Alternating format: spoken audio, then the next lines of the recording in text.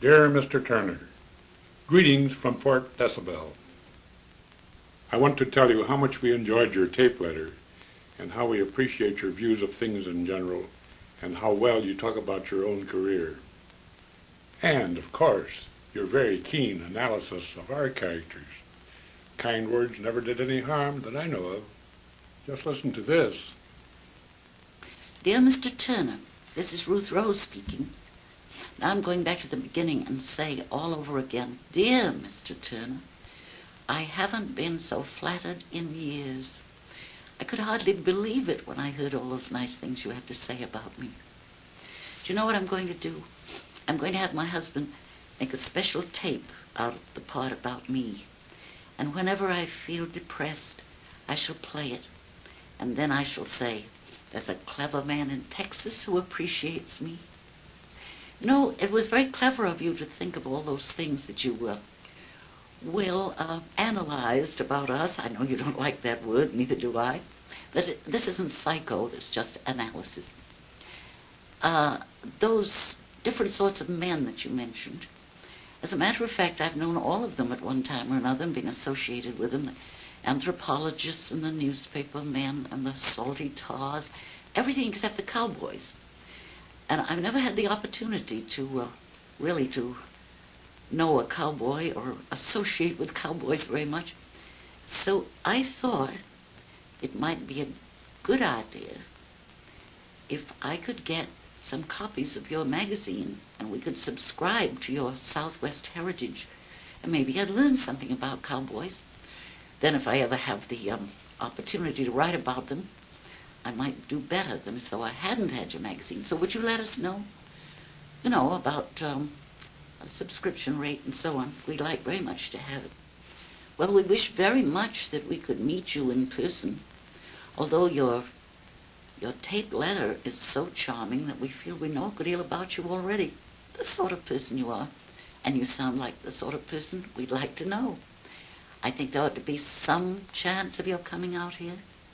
We can't put you up. We have no guest room, unfortunately. We could put you up at a motel, and my husband says he'll put a cot in Fort Desel for you. I think it'd be a little constricted, but then you'd have the whole state of California to romp around in.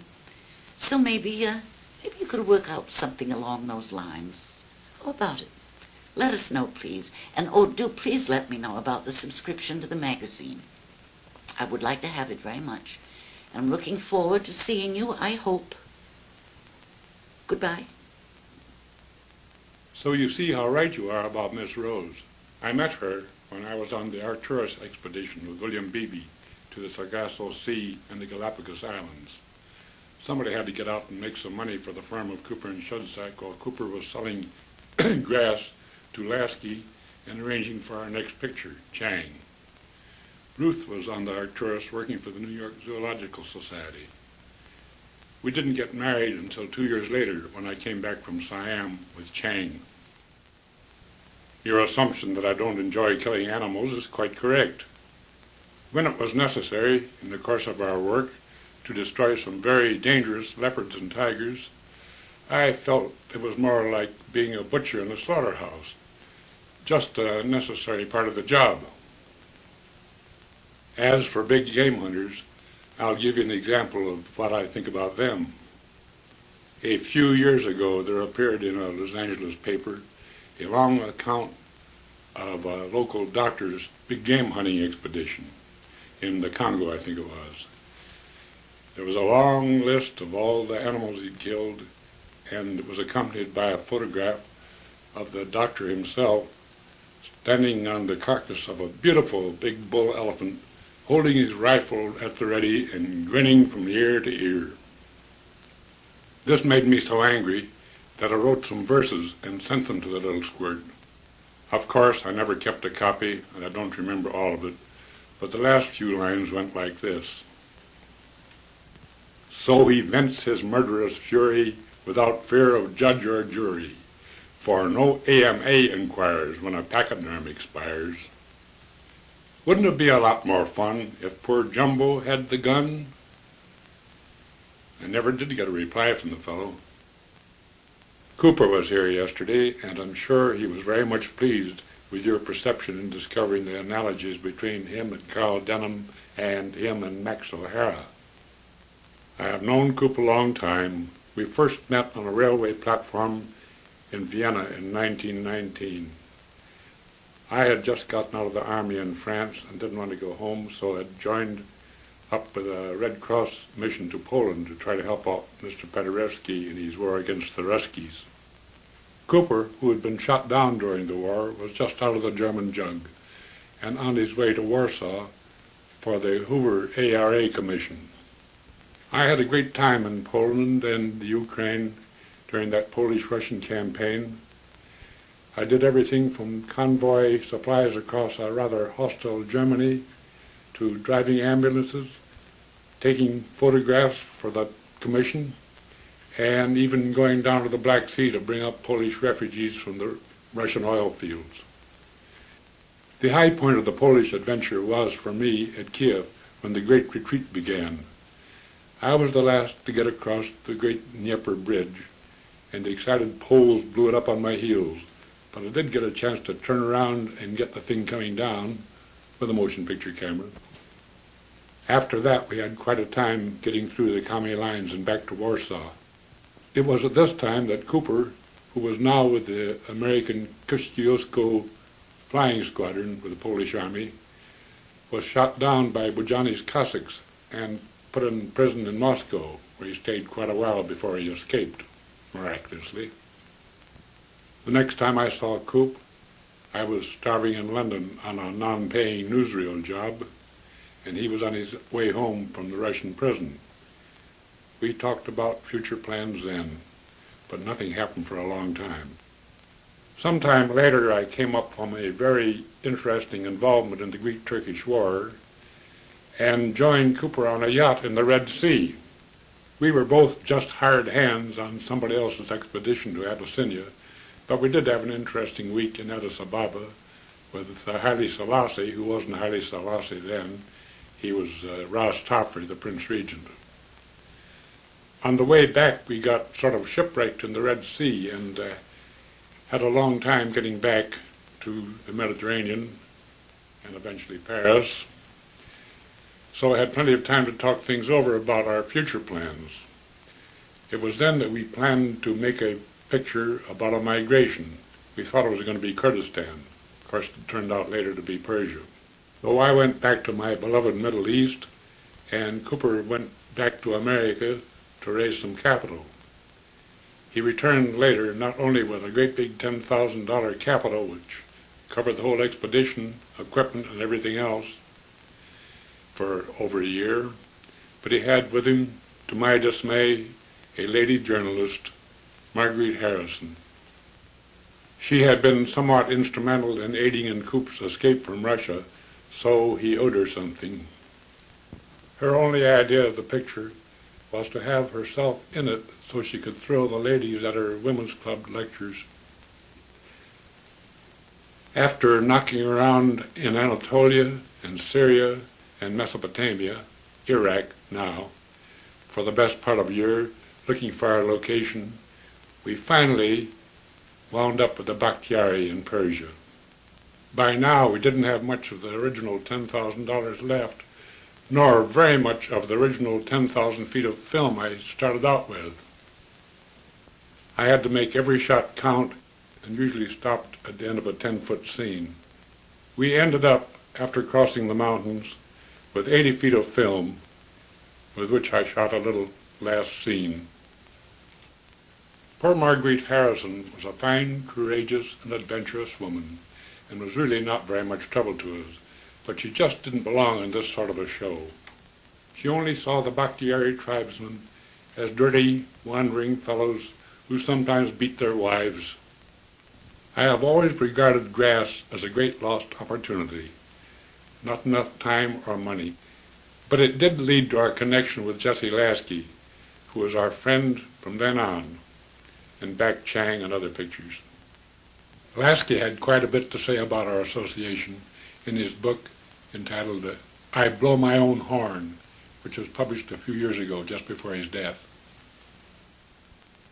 I hope that in this narrative of some of my past, by the way, I've never thought it worthwhile to try to record it in any way before, you may have learned something about Cooper, too.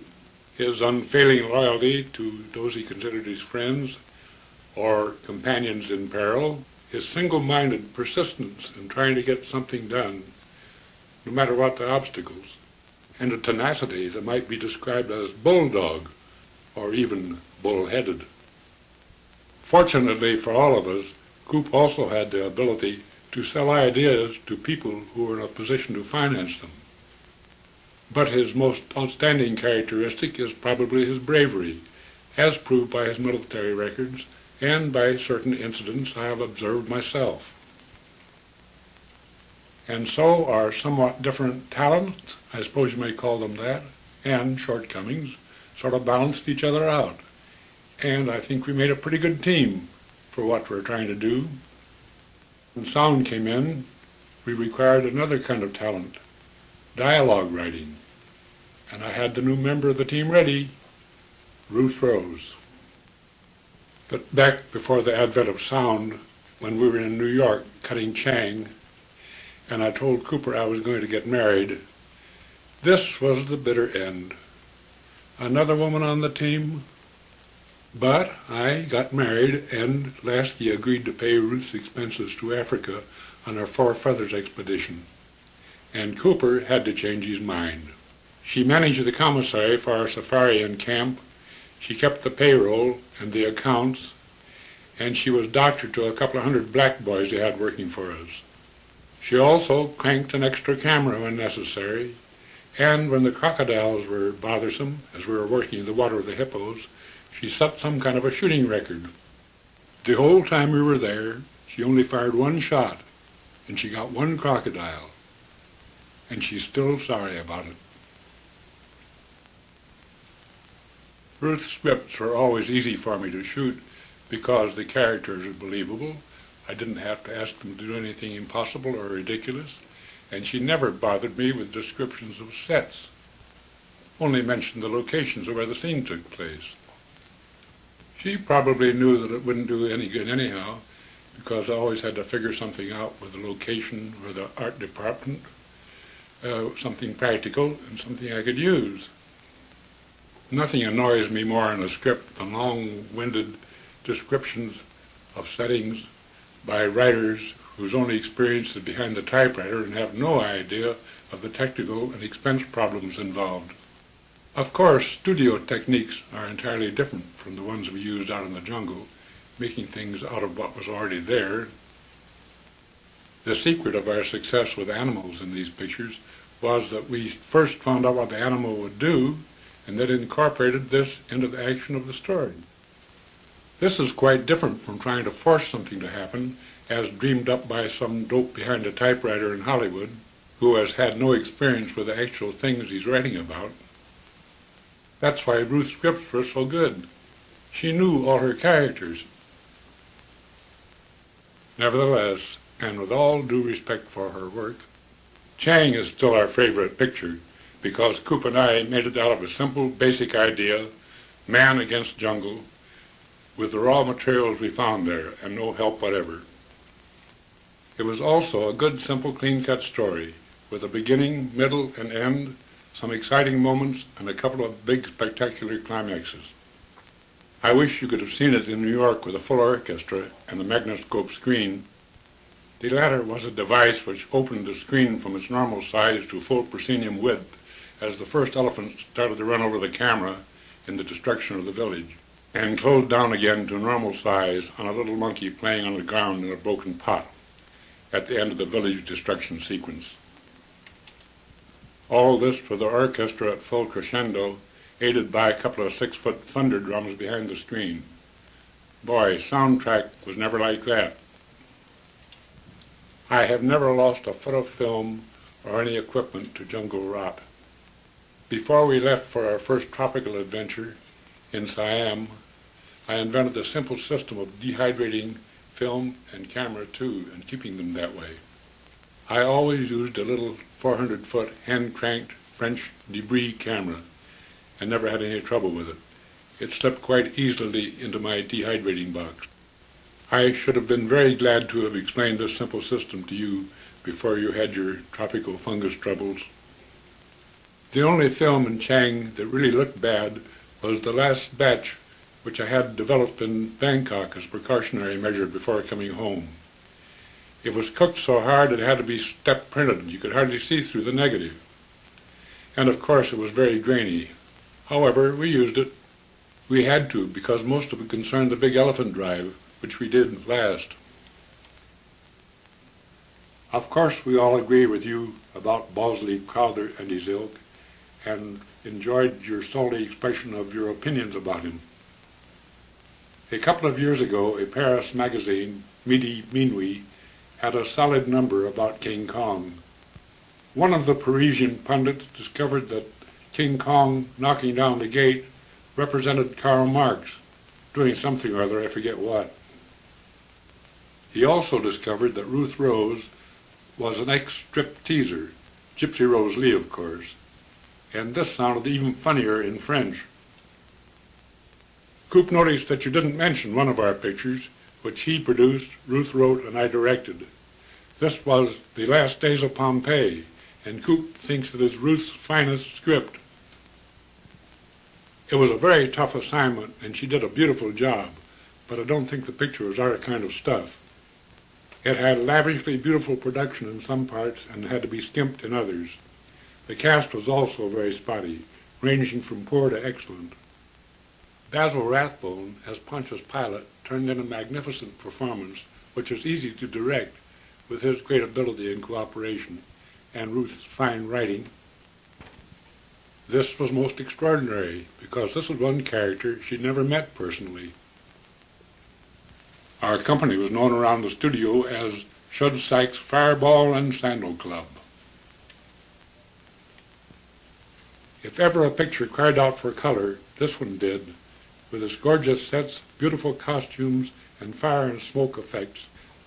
But it was just a little too early for color, and besides, I don't think RKO would have stood for the extra expense at that time. We wonder if you ever saw this picture. Coop has finally come up with some bound volumes of Asia and National Geographic with some of our articles. I don't know quite what I can do for you in this matter, as they're so tightly bound in hard covers that they can hardly be opened wide enough to be copied, even if we had a good process to reproduce the pictures.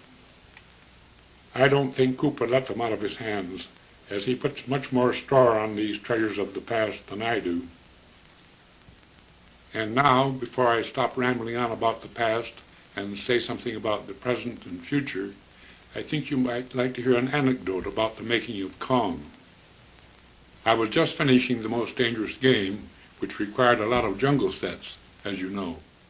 Kong was still in the early planning stages, and Ruth hadn't yet come to the rescue with her script.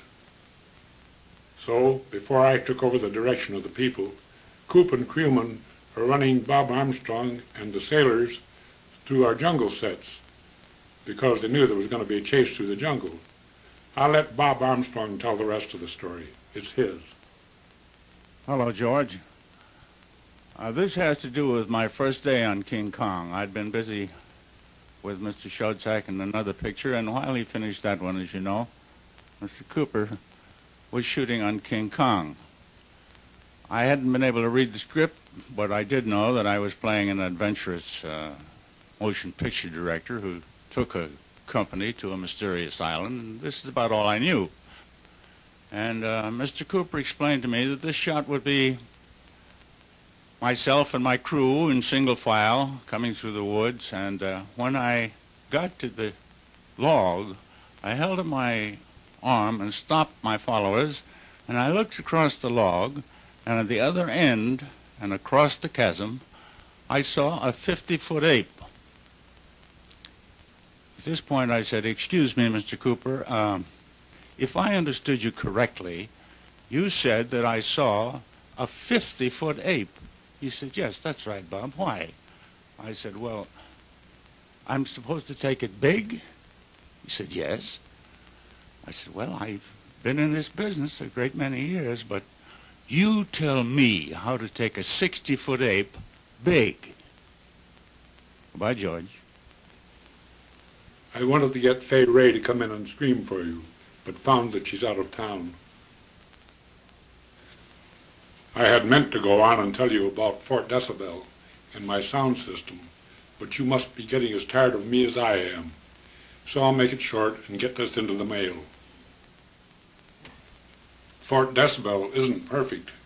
I can still pick up jet planes and heavy noises once in a while, but it is thoroughly adequate for what I'm doing in a very nice little workshop.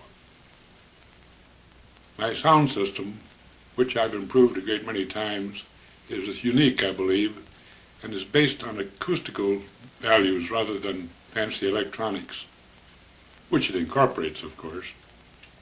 I have occasionally in the past had some things published in High Fidelity magazine and other audio publications, non-profit, of course, just for fun, but they're now very obsolete, and I don't think you'd be interested. So if you want to try to get something published about all this, I'd be happy to help you in any way that I can. A professional photographer friend of mine has made some photographs. He didn't do them the way I would have, but I think they'd be all right for the purpose. If you can't get out here, I might even come to Amarillo for a few days. I haven't been anywhere for a long time. I haven't been to Amarillo since the winter of 1917, when I was sent to Fort Desel by mistake. My principal memories of the place are sleeping on a cot with one blanket up against the north door of a hangar which had a 6-inch clearance. And there was nothing between me and the North Pole, not even that traditional single strand of barbed wire, I think. After 2 weeks of this, I was sent on to Columbia University, and we slept in a basement which had no fresh air at all. Now that we know you, it shouldn't be necessary for you to take the trouble to communicate by tape. Just use your typewriter if you want to, and Ruth will be glad to read it to me. We hope to hear from you soon. Goodbye.